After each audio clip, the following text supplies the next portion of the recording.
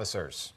Joining us now, a member of the Four Country Caucus and member of the House Financial Services Committee, Iowa Congressman Zach Nunn. So, Congressman, what do you make of the president's comments, especially after he went out there on Tuesday, the Holocaust Remembrance Ceremony, and says our support for Israel is ironclad, and then pulls the weapons? Charla, this is complete betrayal.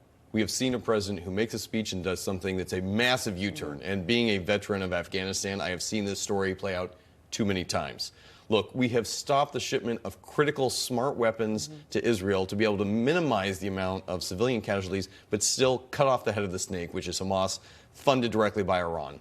At the same time, the administration has done nothing to lead on my legislation to sanction and limit Iran's ability to leverage, as we just saw weeks ago, 300 indiscriminate weapons directly into Israel that would have killed Jews, Christians, Muslims, folks in Palestine. Yeah. And let's never forget that we have hostages in Gaza right now who are U.S. citizens. The administration's turning their back on them. And candidly, Hamas is holding everybody in Gaza as a hostage. And that's something the protesters should remember as well. The real people who are harming Palestinians is Hamas itself as a terrorist organization. Yeah, whenever absolutely. I hear those free Palestine chants, I'm like, fine, but add free Palestine from Hamas. That's right. To the end of the Rob, chant. you got it. 133 hostages still being held by Hamas, according to the State Department. To me, if I'm one of these anti-Israel protesters on these college campuses, Congressman, I continue to protest and riot because they just won. The administration just cowed to the demands of these college students and these outside agitators. And this is the worst part. Our elite universities have become the sounding board for the most ridiculous statements ever, and they've done it because they have really no consequences. I mean, they want to go to school on your and my tax dime, have the Biden administration capitulate and give them free college.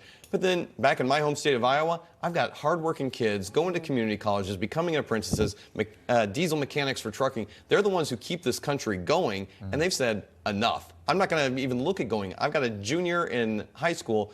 We're going to go out and do college campuses. She's already scratched off a number of these schools because they have failed to deliver for students. They don't even get their graduation going forward, let alone provide an education that is worthwhile for them to be able to know that actions have consequences and stupid behavior should not be rewarded. Yeah. And you're from Iowa, but I know that you recently made a trip to the border because, as we know, every state now is a border state. What did you see when you went to the border? Charlotte, first of all, it's frightening.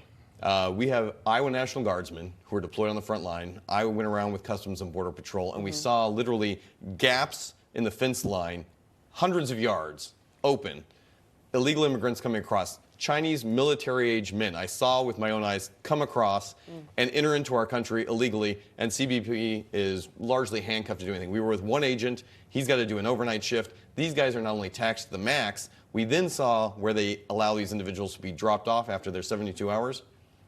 Chinese men in the audience picking and choosing who was coming with them in Mandarin, identifying where they were going to go next. Wow. That is, it's frightening. Yeah. I guess, so you were in the San Diego sector. That's right, right across from Tijuana. And Rob, I will tell you this, you know who's really got control over the border?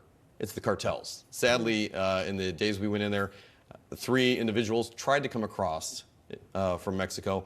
They were found with bullets in the back of the head. Wow. Candidly, I mean, the cartel decides who gets across, and if you don't pay... Wait, you're saying 3 dead bodies? That's right, exactly. 3 individuals who are coming into the country illegally clearly tried to enter the sector without cartel approval, and the cartel executed them right there. So, Congressman, Wow. for the first time in 25 years, San Diego has passed all other sectors in illegal crossings.